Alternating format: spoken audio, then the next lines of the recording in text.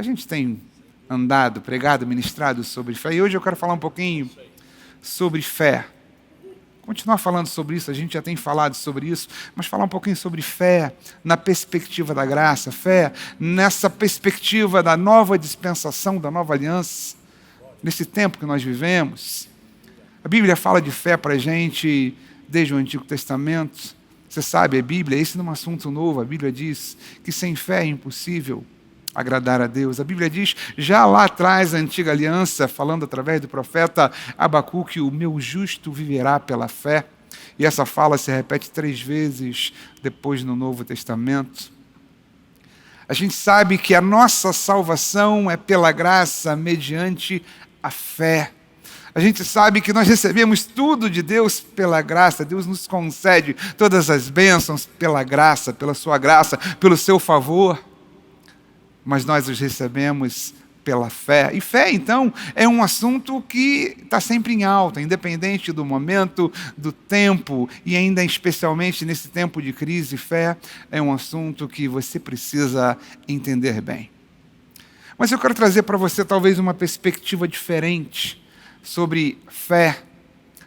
Muita gente já entende dessa maneira, você que é da nova, a gente tem ensinado isso aqui. Mas eu quero trazer para você uma perspectiva de como a fé funciona em tempos de nova aliança. Certamente bem diferente do tempo da antiga aliança. E para a gente entender um pouquinho isso, eu quero convidar você a ler comigo a carta do apóstolo Paulo aos Romanos, capítulo 4. Eu vou ler do versos 3 ao verso de número 5. Diz assim: Abraão creu em Deus. Isso lhe foi imputado para a justiça. Ora, ao que trabalha, o salário não é considerado como favor, e sim como uma dívida.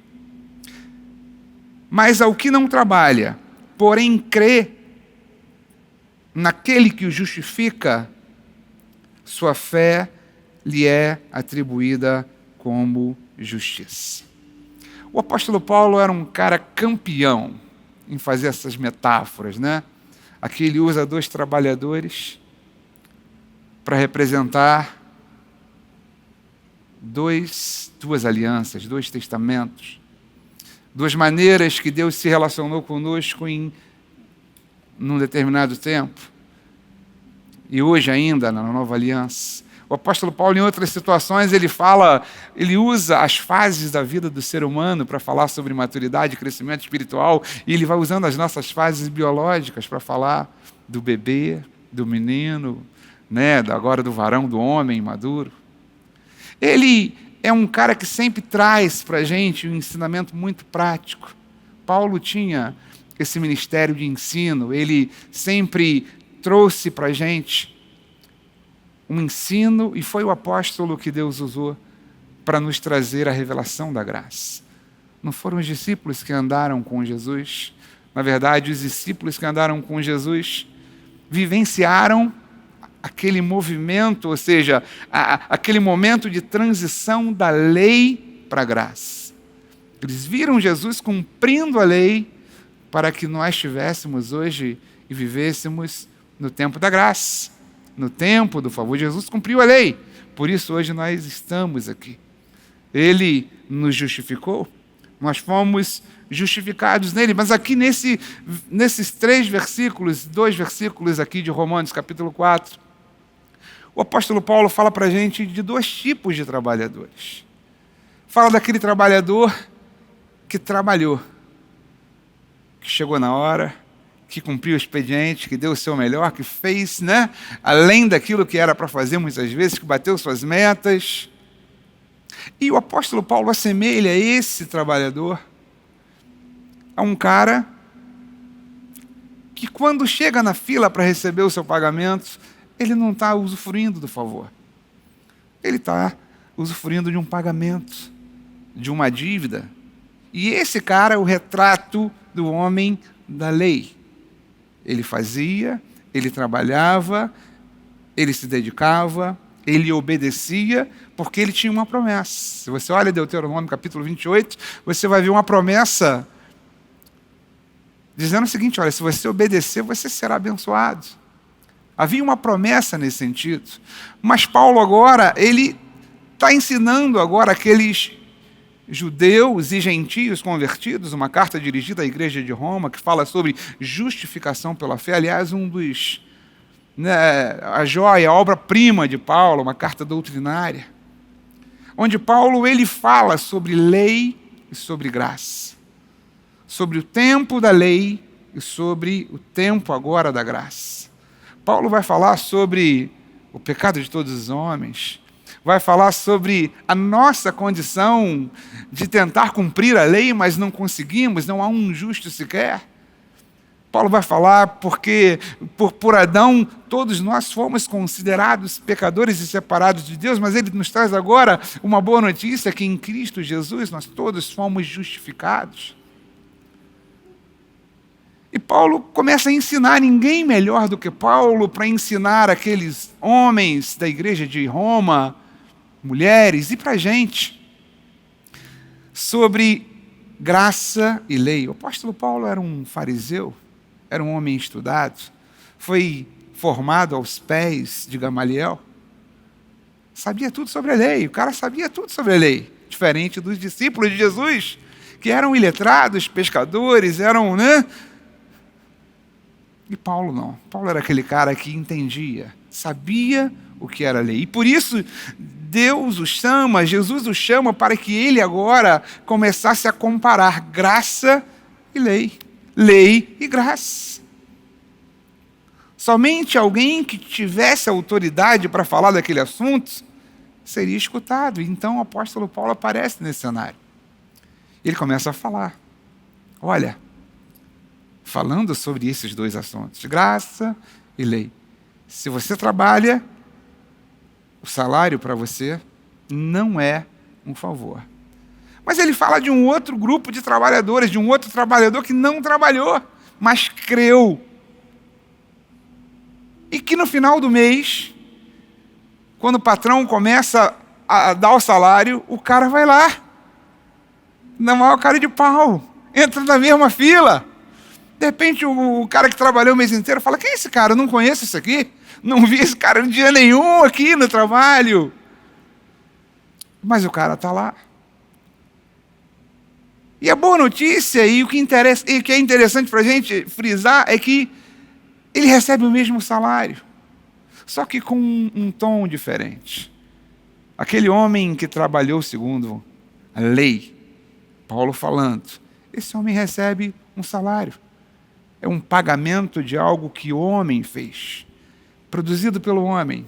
Já aquele segundo que Paulo fala, olha, não foi pelo que você fez, mas pelo que você creu. E ele diz, Abraão foi justificado porque creu. Abraão recebeu, se tornou justiça de Deus porque creu. Abraão obedeceu também. Ele cumpriu aquilo que Deus falou, ele atendeu o chamado de Deus, mas a obediência não foi a motivação de Abraão. Abraão creu, Abraão acreditou, Abraão confiou. Deus, eu não sei para onde está indo, eu estou indo, mas eu vou, tu falou, me chamou, conta comigo, eu estou aqui. Ele acreditou. E Paulo começa a falar para a gente precisa começar a entender um pouquinho lei e graça. Para aquele trabalhador que completou sua carga horária, não há nenhum tipo de favor, portanto, ele é um trabalhador que representa a lei. A lei valoriza o que eu faço. A lei é antropocêntrica. Sabe o que é isso? Homem no centro. O homem está no centro de todas as coisas. Eu fiz, eu posso, eu mereço. Deus, eu participei da campanha A, participei da campanha B, eu orei, eu subi o monte, eu jejuei, eu li todos os livros da Bíblia, eu tenho direitos. A esse cara, Deus olha e não pode oferecer o seu favor. Já a graça tem um outro tom. E é justamente aquele trabalhador que não trabalhou, que teoricamente, humanamente, racionalmente não teria direito de receber o salário. E esse cara agora entra na fila e é abençoado com o salário. Graça é favor imerecido.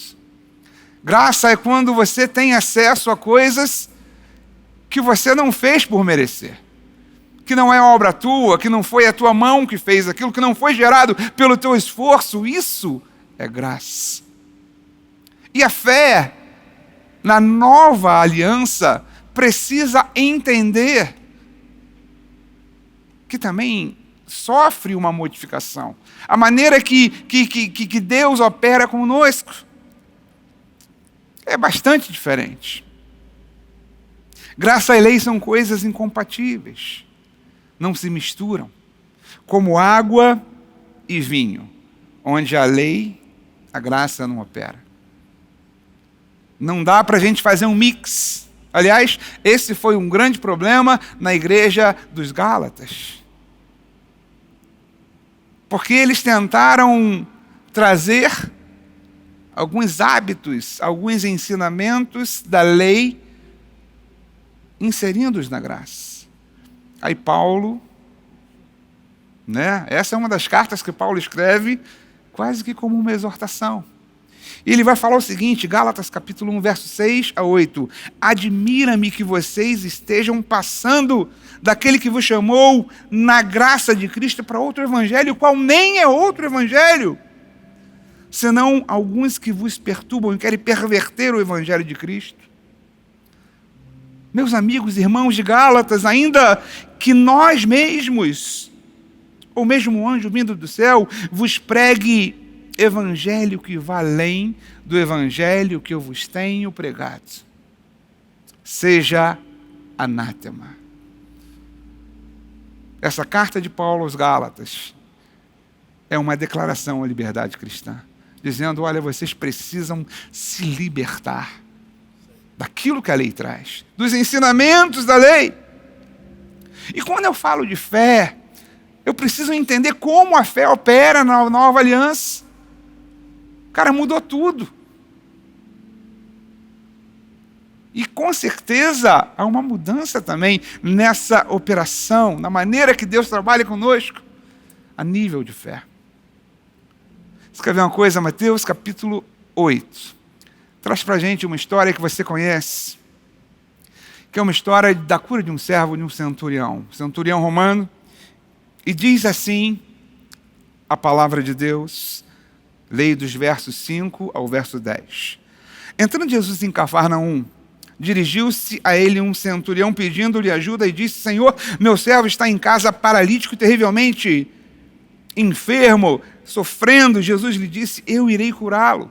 E o centurião então respondeu a Jesus, Senhor, eu não mereço. Diga assim, eu não mereço. Foi o centurião que falou isso com ele, com Jesus. Eu não mereço que entres debaixo eu não mereço de que entres debaixo da minha casa, do meu teto. Dize apenas uma palavra e o meu servo será curado. Não precisa ir lá, Jesus.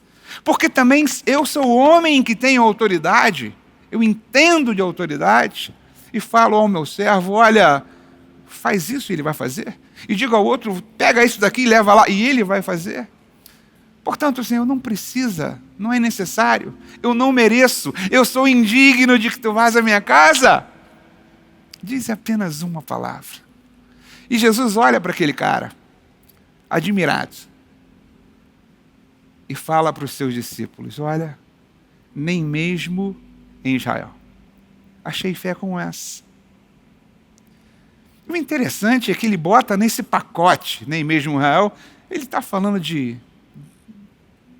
Abraão, está falando de José, de Davi, de Daniel, está falando de João Batista.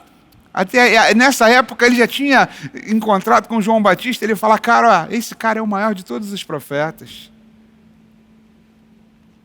Jesus começa a pôr esses caras na mesa e dizendo o seguinte, olha, a fé desse centurião é muito maior. Eu não digo nem de Pedro, que Pedro foi o contrário. Jesus chegou, cara, homem de pequena fé. Cara, e Pedro foi um cara que eu respeito. Pedro foi o cara que muita gente às vezes vai falar que era o nome Pedro, representante ali, eu não vejo assim. Pedro foi o cara que teve a revelação e chegou a Jesus. Tu és o Cristo, Filho de Deus vivo. Tudo bem que Pedro negou Jesus 3 vezes. Mas depois a gente vê um Pedro que Jesus quase que entrega a igreja num primeiro momento. E é através de Pedro que os gentios entram na igreja, não foi através de Paulo. Foi com Pedro. Pedro foi lá na casa de Cornélio, em Cesareia, e ali ele viu o Espírito Santo descer sobre aqueles homens. Ali ele viu a graça. E ele fala, cara, o que aconteceu? Isso era só para a gente, isso era só para os judeus. Porque na cabeça deles, Jesus tinha vindo somente para os judeus. E Pedro veio e ele leva aquilo para a igreja. E agora os gentios, falando da gente, né? Todos os estrangeiros que não eram judeus, eles passam agora a fazer parte da igreja de Jesus. Pedro foi esse cara. E para Pedro, Jesus fala assim, cara, tu tem uma fé muito pequena. Tu é um homem de pequena fé. Mas para aquele centurião, Jesus faz um elogio, dizendo, olha, eu nunca vi uma fé como a tua. Quem não queria ganhar um elogio desse de Jesus? A gente andando um pouquinho no livro de Mateus, eu vou te levar para um outro exemplo. Esse não é o único caso que Jesus fala de grande fé. Aliás, Jesus fala de grande fé 2 vezes. Para esse centurião romano e para uma mulher cananeia. 2 vezes. Jesus elogia a fé das pessoas 2 vezes.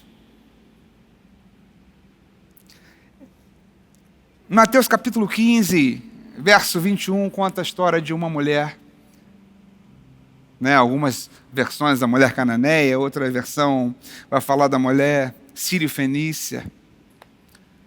E essa mulher estava com a sua filha, precisando de uma intervenção divina. A filha dela estava endemoniada, e a Bíblia diz, uma mulher cananeia natural dali veio a Jesus gritando, Senhor, filho de Davi, tem misericórdia de mim. Minha filha está endemoniada e está sofrendo muito. Mas Jesus, isso está estranho, né? Não lhe respondeu nenhuma palavra. Jesus olhou aquela mulher falando, e Jesus simplesmente ignorou aquela mulher. E ela continuou. E os discípulos, Jesus, o que é isso, cara? Está pegando mal. Não quer ajudar? Fala para a gente que a gente dispensa. Aí os discípulos falam a continuidade. Então seus discípulos se aproximaram dele e pediram, manda embora, pois vem gritando atrás de nós. E Jesus respondeu, eu fui enviado apenas às ovelhas perdidas da casa de Israel. Jesus está falando daquele momento, daquele primeiro momento. A mulher veio mesmo assim, o adorou de joelhos e disse, Senhor, ajuda-me. Respondeu Jesus, não é certo tirar o pão dos filhos, falando dos judeus, e lançá-lo aos cachorrinhos. Jesus, ele além de não dar a mínima para ela, ainda chamou, cara, não vou pegar o pão dos judeus e vou lançar para os cachorrinhos. Mas aquela mulher inconformada disse, Senhor, eu sei disso, mas até os cachorrinhos comem as migalhas que caem da mesa de seus donos.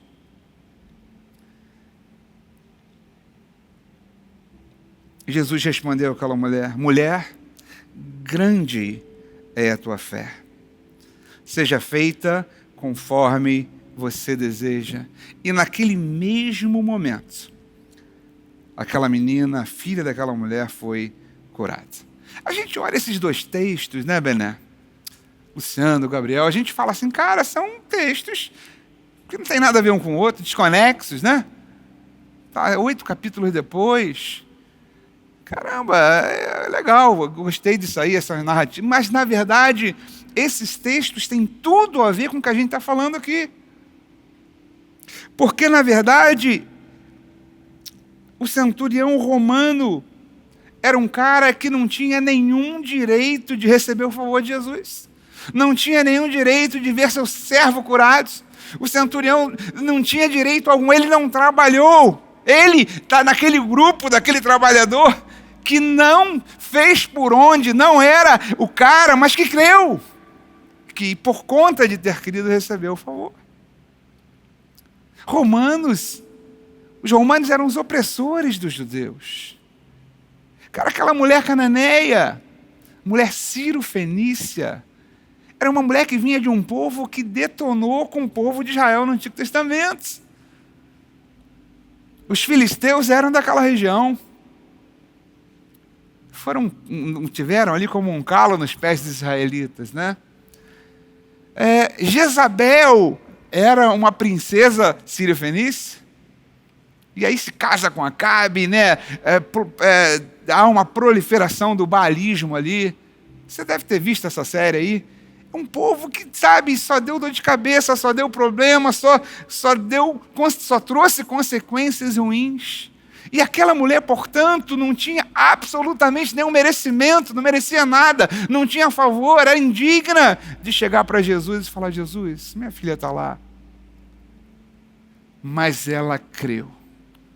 E a fé daquela mulher foi tão forte que ela chega para Jesus e Jesus fala: não posso tirar o pão dos judeus e dar e lançar. No Senhor, eu não preciso do pão. Eu não preciso do pão inteiro. Senhor, uma migalha que eu coma embaixo da mesa, como um cachorrinho, é suficiente. Uma migalha do teu favor é suficiente para fazer com que a minha necessidade seja suprida, para que o meu milagre aconteça. Essa é o protótipo da mulher que simboliza aquele grupo, o segundo grupo de trabalhadores. Ela não viu e não recebeu e não gozou do favor e do milagre porque merecia, não tinha nenhum merecimento. Ela usufruiu do favor de Deus. Jesus usou de graça. E parece que não há absolutamente nenhuma relação, mas a gente começa a olhar as Escrituras mais aprofundadamente, o Espírito Santo vai falando conosco também, a gente percebe como, num ambiente de graça, a gente exerce uma fé de maneira mais poderosa. Quando não há um ambiente de graça, graça eu não mereço, não foi eu que fiz. Né? Quando nós somos tentados a olhar, e hoje a gente percebe, a gente vê que nós temos uma criação meritocrática. A gente é criado assim na nossa escola, a gente tem uma educação desse jeito, a gente é treinado assim no nosso emprego. Cara, eu quero ser o melhor porque eu vou ser o mais abençoado. E graça não tem nada a ver com isso. Graça não tem nada a ver com o que eu faço. Graça tem a ver com o que Ele fez. E quando a gente se veste, muitas vezes a gente, como cristãos, muitos cristãos, né, tentam viver uma vida, eu entendo a graça, mas eu vivo na nova aliança, mas eu ainda estou com alguns princípios, vivendo uma vida em princípios da antiga aliança, querendo fazer,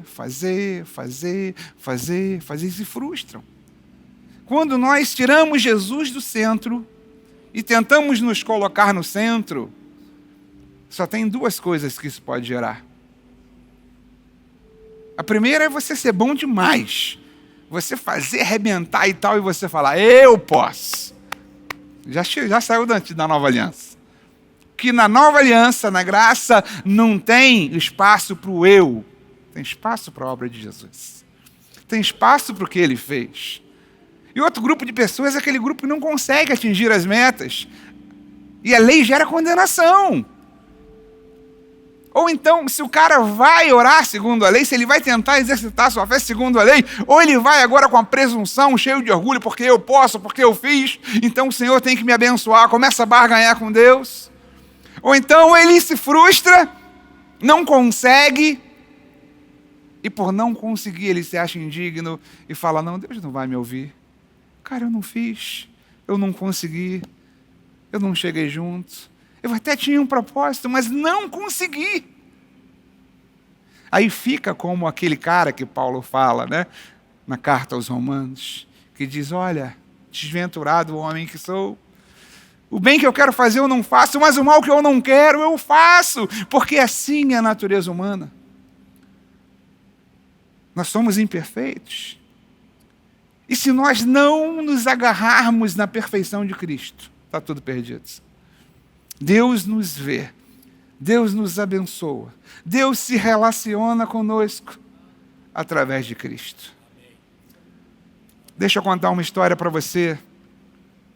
Eu não sei se você sabe, mas a ovelha é um animal que enxerga pouco, mas ela tem olfato muito apurado.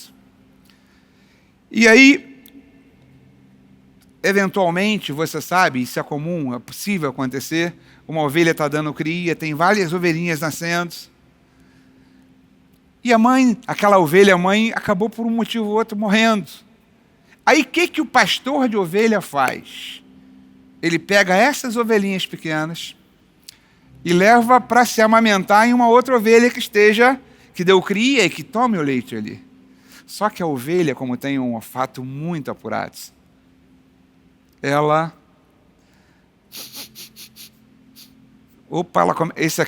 percebe que aquele não é o seu filho. E ela rejeita. E até mata às vezes. Aí o que o pastor de ovelha faz?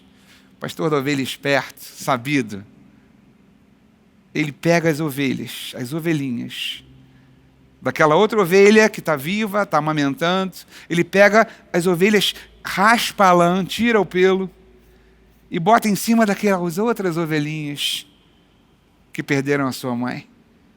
E leva as ovelhinhas para tomarem o leite e se alimentarem. Quando aquela ovelha, ela sente o cheiro, ela fala, esse é meu filho. E ela amamenta. E ela começa agora a abraçar aquela criança. E é exatamente assim que Deus nos vê. Deus, quando olha para a gente, Ele não vê o Bené, não vê o Jorge, não vê o Luciano, o Gabriel, a Bia com as suas imperfeições. Não, Ele não vê isso. Se Ele olhasse para isso, nós seríamos rejeitados. Mas Deus, quando olha para a gente, Ele sente o cheiro da lã do Cordeiro de Deus, que é Jesus Cristo. Naquela cruz, Deus estava tirando a lã de Jesus e colocando sobre cada um de nós.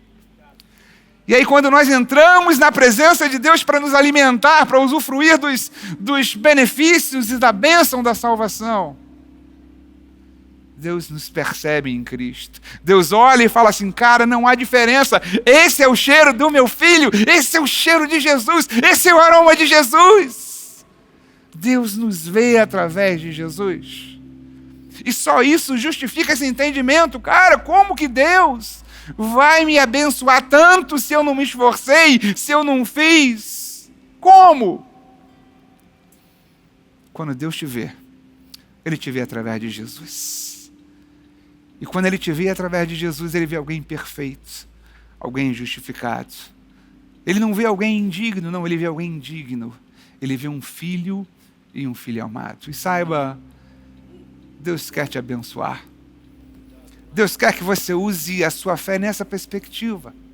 Não use a sua fé, não ore, não peça, não reivindique, não barganhe com Deus com base naquilo que você fez.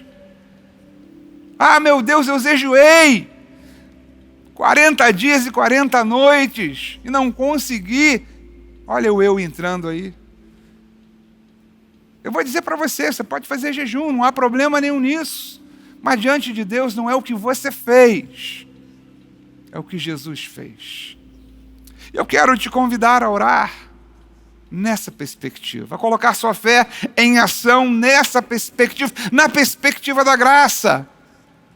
Porque quando você enxerga assim, você tem mais facilidade em crer que a tua bênção vai chegar, em crer que você tem direito, em crer que Ele está contigo, em crer que você pode descansar nele. Eu quero orar por você, que de repente está em casa, a gente vê notícias aí, né, algumas notícias, o grau de violência doméstica é o mentor. Cara, um advogado falou comigo, um advogado amigo, não vou citar o nome, ele deve estar ouvindo aqui, ele já fez 20 divórcios nessa quarentena. Que coisa, cara! Eu quero dizer para você que Jesus tem bênção para a tua casa, para a sua vida. Deus tem bênção para a tua saúde, Deus tem bênção para a tua empresa, Deus tem bênção em todas as áreas da sua vida, porque você é um filho amado de Deus, porque você é digno em Jesus Cristo, porque quando Ele olha para você, Ele vê o Cordeiro. Por isso Paulo vai falar assim, olha, nós estamos assentados com Ele, à mesa. Porque quando Deus nos vê, Ele não vê diferença.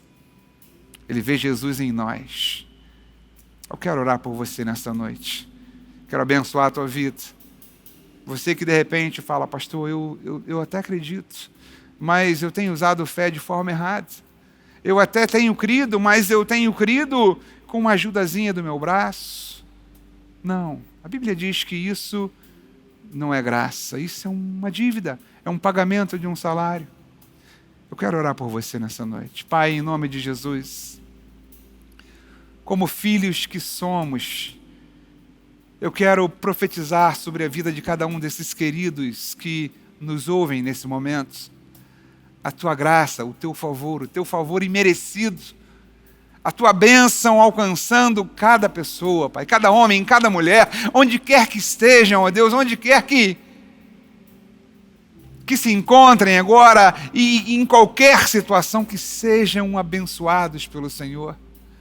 Deus, vá de encontro às necessidades dos teus filhos, vá de encontro às necessidades, ó Deus, daquele que te pede nesse momento, daquele que crê na tua palavra, daquele que não está preocupado, ó Deus, em fazer para obter a bênção de Deus, mas daquele que crer na tua palavra, pois é assim que nós somos justificados diante do Senhor. Ó Deus, protege-nos nesses dias de pandemia, que as nossas casas estejam sendo guardadas pelo Senhor, como, ó Deus, o povo de Israel, como as famílias do povo de Israel foram guardadas no Egito, naquela noite em que o anjo da morte passou. Senhor, guarda cada família representada dos filhos da tua igreja. Ó Deus, abençoa, ó Pai, cada empresa, cada trabalho, cada porta profissional, os afazeres seculares do teu filho, Deus, que, ó Deus, sejam mantidos pelo teu favor, pela tua graça, assim como nós temos visto em nós, assim como nós temos visto na nossa igreja, a tua graça se estabelecer. Nós oramos, ó Pai, crendo que a tua graça e a tua bênção se estenderá a cada um desses queridos que nos ouvem agora. Oramos em nome do Senhor Jesus. Que você diga amém e amém. Sejam muito abençoados.